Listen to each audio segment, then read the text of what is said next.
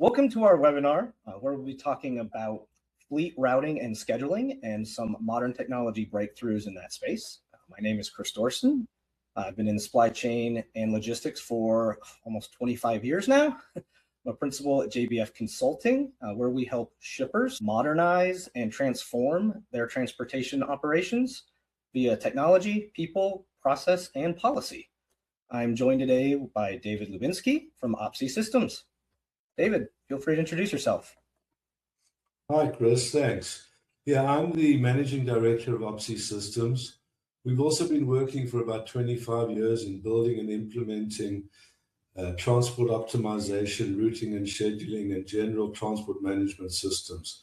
And I'm really excited to joining you today to talk about what I consider a real breakthrough in how we're going to be using technology to greatly improve the quality and speed of the solves that we can get when we building routes for big fleets. Yes, definitely. And we'll dive into some of what that means from a routing perspective, how it can change operations. Before then, though, let's talk a little bit about what the current approach is, right? Most optimization today occurs with GPU-based systems, put a lot of horsepower towards these optimization algorithms. They try to solve different levels of complexity, but as that complexity continues to increase, we keep seeing solve times go up. We see more and more shortcuts happen. And ultimately, we've hit a plateau in that space. I know you've had systems where you've used a more traditional routing approach in the past, and I think you saw those limitations as well. I don't know if you want to talk a little bit more about what you saw in that space and why you moved away from it. Yeah, thanks. So I think we've all been sort of cursed by this, that as the size of the problem gets bigger, the complexity grows exponentially. And so you either have to compromise on the quality of the solution or the amount of time that you wait to get a good solution. So we've seen many environments where using traditional CPU-based solvers, it could take half an hour or even up to 2 hours to get a solve. And what that means is that really you only have one shot to do it. It's very difficult then to try different scenarios to see what happens if I remove a few jobs or add a few jobs, change some parameters. And it really makes the whole processing into a pipeline with just one attempt to get a good solution. And, you know, we've seen all the commercial solvers really have this problem, but we started thinking about 3 years ago that GPUs are available now with not 1 or 2 or 8 threads, but 7,000 or 10,000 threads. So why not take advantage of that hardware capability to massively improve the solution time and quality by running your solve across really many thousands, tens of thousands of threads. And fortunately, genetic algorithms, which are really building solutions by running many, many individuals, easily spread across these many processes that allows you to build new algorithms that can take advantage of this massive power and still get good results.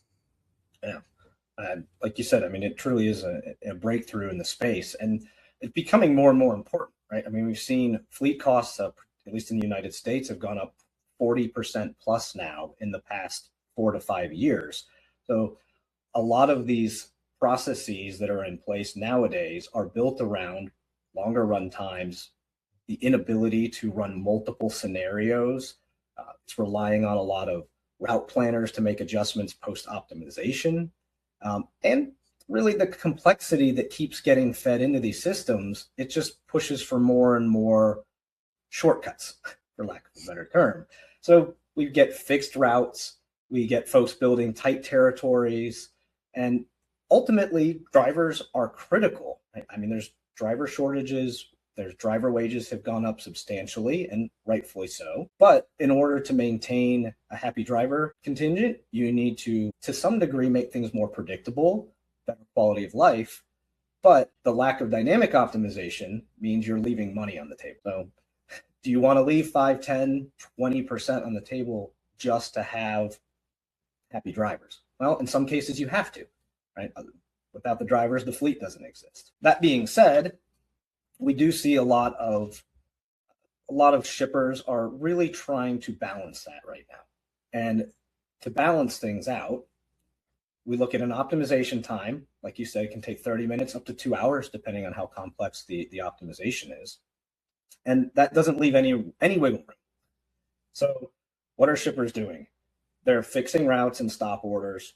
They're relying on minor tweaks post-optimization. We know that the optimization isn't coming out with a fully solved, perfect solution. That's pretty rare to get to. Talk about that a little bit later, though.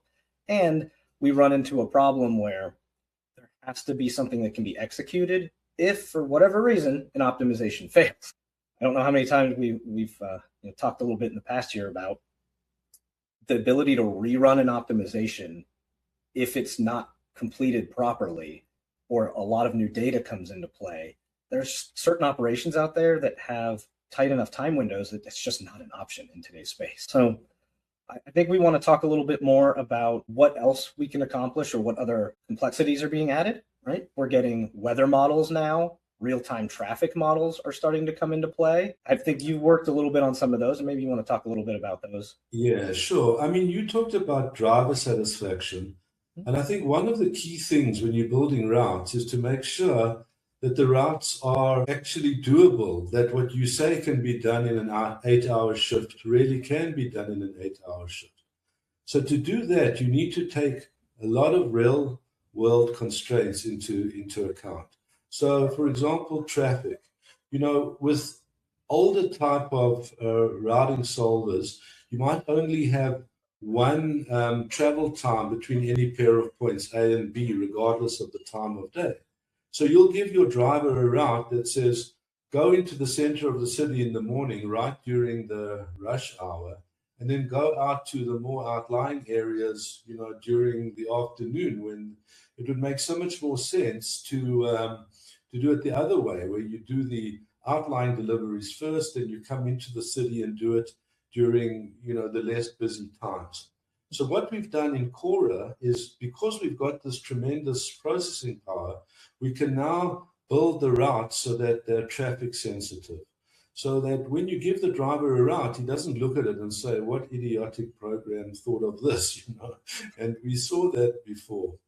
There are other things which are also really important, things like driver fatigue modeling. If you have driver fatigue rules, you want to make sure to schedule those stop times, lunch times, tea times, or other breaks in a realistic and driver-friendly way. And again, a lot of the more traditional kinds of commercial solvers just don't do that properly. Another important thing is when you're busy building the load in 3D inside the truck body, you might have some pallets that are stackable, others that are not stackable. You want to be able to build up the load in the most efficient way, really taking into account the constraints of what you're allowed to put on top of what and what the 3D size of those items is. Now, again, you need huge processing power to think of that while you're busy building the routes as well.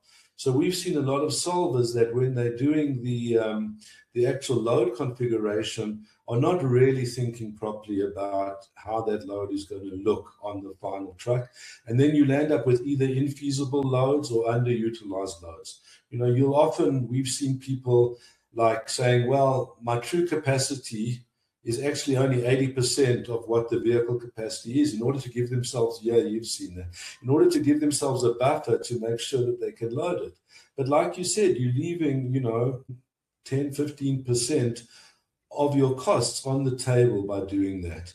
And in the Cora benchmarking that we've done, we've really seen against both academic and real world data sets that even though we're solving typically in 5% of the time or less, we're actually also achieving improvements of 5 to 10% over what other commercial solvers can do. Yeah, and I mean, we see these limitations for a reason, right? I mean, we get multiple time windows at stops. We have locations that have specific equipment requirements, right? Stacking rules that get layered onto that. we're adding more information. This is not getting more simple over time. We're getting significantly more data, right? And there are certain technologies helping in that space, but the optimization speed is not improving. In fact, if anything, it's going the wrong direction. And what we're seeing in the space for quality of optimization is you can add certain amount of parameters, certain amount of variables, but at some point that becomes exponential. And you've just got to pick the ones that are most important for the operation. Sure. We see this with heavy urban environments a lot, where the traffic comes into play, equipment restrictions, sometimes road restrictions, let alone some of the niche type of environments with, be it chemicals and compartmentalization, different equipment there. We can see it with home delivery. We can see it across the board, hazmat type of requirements, you name it. And I want to call it one other thing you mentioned before, right? Is the current state is you run an optimization, you take those results, you add a little bit of human flavor to it, right? Be a route planner, they make a couple tweaks, adjustments, they know certain customers need certain things the right way, or the system may just not have gotten quite everything built in that they know from a service perspective matters. But there's really no ability to run multiple optimizations, compare them, look at different variables, and understand, can I make this very good for a driver? Can I make this extremely dynamic? How big is that gap? Answering that question on a real-time basis, it just does not happen nowadays. That is a strategic question. So with that, I think let's dig into what Cora really is, what it offers, and how it can start doing some of the things we've talked about that are just essentially no-go items. So we've actually prepared a little video here showing exactly what you mentioned. So here you can see Cora running on a data set with 445 jobs. 445 is a decent size. I think most commercial solvers would take 10 or 15 minutes to get a solve on this. We set the solve time there to be 30 seconds, which is actually quite generous. And one thing I should say is that since we're hosting this on Azure, we actually only buy 1/6 of an NVIDIA GPU, which means that the results we're showing here could even be 6 times faster. But we consider 30 seconds fast enough. But if you really wanted it faster, we could buy a full GPU and run it much quicker. Yeah, so, David, to be clear, you're using essentially the same GPUs that all the AI and different AI chatbots and everything else are using at this point, right? Yeah. So you can see there, it's finished running. It's created your routes. It's created 40 routes. And you can see this is our front end, which is called TRAM, which is our overall transport management system, which we're using now to visualize the routes. You can also see them on the map. And, it's like any typical routing and scheduling system where you can drag and drop, select routes, and, just visualize the whole thing and do dynamic changes if you need to. But obviously, as you said, we'd rather get to the point where the routes are good enough that we don't need dynamic changes. And also that if we do get extra jobs coming in, we can easily add them and resolve without, because that's another thing that happens often is the pain of waiting another 20 minutes. You don't want to do that. You just want to drag and drop. So there we visualize all the routes. So now we're just going ahead and deleting those. And then what we're going to do is go into the master data and change the working hours. So instead of going up to 1600, we go up to 1700. So we've added 1 hour of work to the drivers. And this is what you were saying. Like, let's see now, if we have the drivers working for an extra hour, how does that actually impact our total cost and time and everything? So now, now you see the beauty of this is we just run it again, and you can run as many of these scenarios as you want, and then get an idea of the impact of that. Yeah, so I can see this being a weather related too. If you have a weather issue, and you need to recover stops because they couldn't make it, what does it mean to run it with an additional hour or even 2 hours within the driver's typical day, just to make sure we get those stops out by the end of the week. Exactly. And you may not have to, right? Rather than having the model build some routes that are pushing 2 hours plus. Yeah. So now we've got the new results. It's also in a lot of environments, you have, peaks and valleys. So you might not want to get new vehicles and trucks. You might say over the Easter period, well, I'll pay my drivers an extra overtime, and this is what the benefit would be. So here's just a summary. So we've run those two scenarios. You can see there the first scenario, we used 45 vehicles. In the second one, we used 41. So by adding an extra hour a day, we were able to take out 4 vehicles. Your total distance was roughly the same. It went down by 216 kilometers. Your total cost has gone down dramatically because of the reduced number of vehicles, and your distance has also gone down a little bit because by allowing longer routes, it means that we could reduce the total distance that you have to drive. So this kind of data is now really very helpful for decision makers in thinking about how they want to run their distribution and what it means to trade off driver hours versus cost. And like you said, there's so many different scenarios that you want to be able to do like this, which have just been closed off due to the long solve times. Yeah, I mean, you're describing are often strategic type of analysis that's done post-optimization, right? You ran it for 30, 40 minutes, you had to get the routes out. Someone says the next week, hey, what if we had just added an extra hour to the driver's days? I know we don't normally do that, but yeah, extenuating circumstances. Would that have benefited us? I'm sure there's situations where the benefit would be minor too, and it may not be worth it. Again, there's a quality of life for the driver, there's a cost savings component, and then there's just, I guess, your overall approach as a shipper. And you can weave that into that daily, weekly routine, which that's a very rare company that can pull that off with today's technology. Right. And I just want to emphasize here, we're talking not just 30% faster type of numbers here. We're talking 15 to 25 times faster than traditional optimization. I want to emphasize that because I've seen it multiple times now. It makes me smile every time I hear it because it opens the door to so many different things we can do. And it's not like the quality is reduced either. In fact, you're seeing a couple percentage points, 3, 4, maybe 5% increase or improvement in miles, duration. And I mean, the scenario we just saw, it found 4 vehicles on a comparative scenario. So it's going to unlock some more of that strategic part too, beyond just having to just do the optimization faster. Sorry, sure. And I think that white paper that we wrote together, which I'm sure people can access easily, we can put a link to it with this, with this webinar, where you can see the actual benchmarking that we did against commercial solvers and our own, older traditional type solver.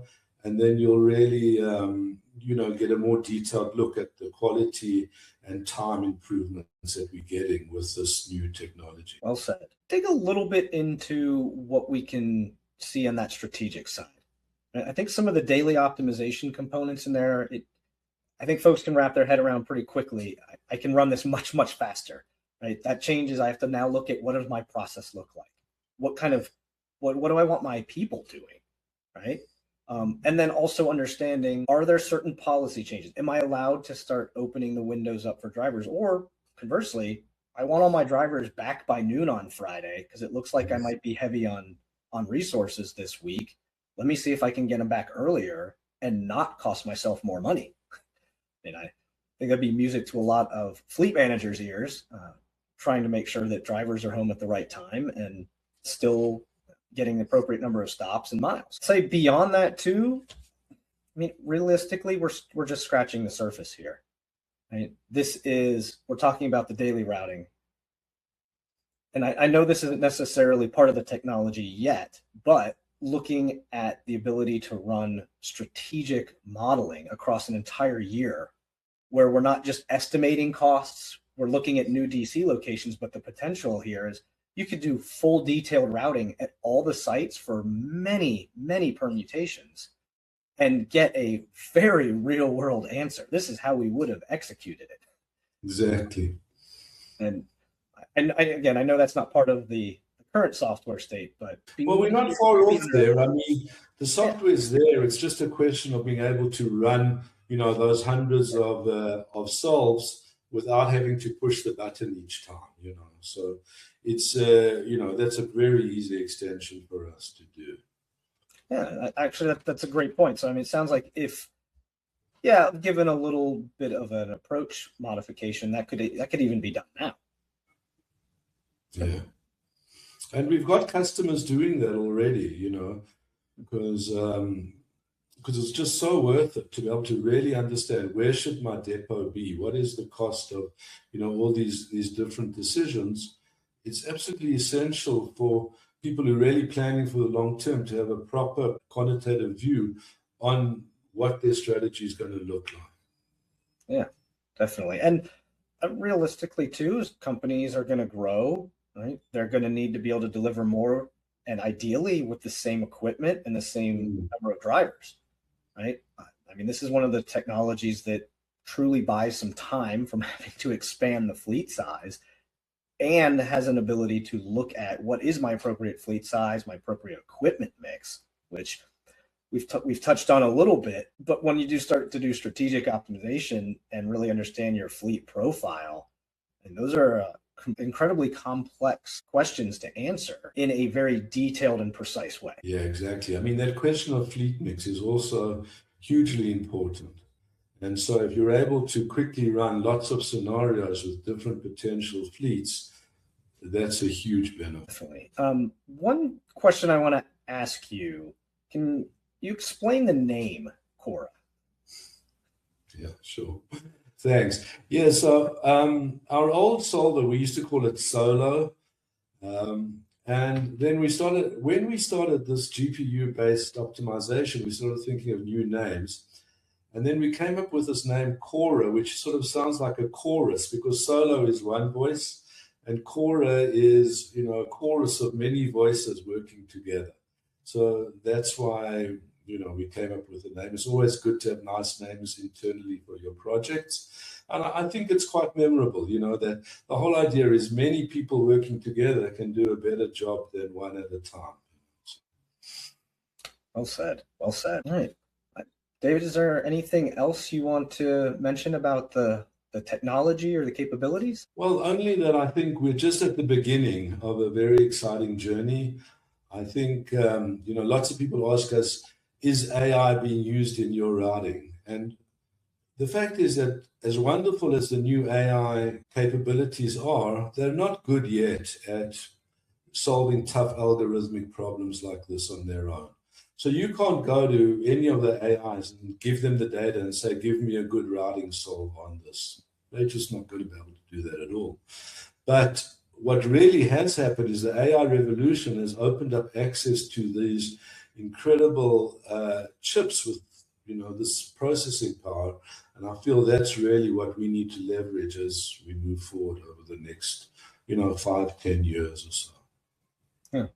Yeah. It's amazing how taking one technological growth front and then really leveraging the hardware from that has provided just a massive leap in capabilities when we really look at routing, scheduling, and understanding how to best utilize drivers and equipment. Incredibly impressive technology. I'm very much looking forward to seeing where this ends up taking us. As you said before, the possibilities are tremendous, both from the tactical routing and from the strategic standpoint.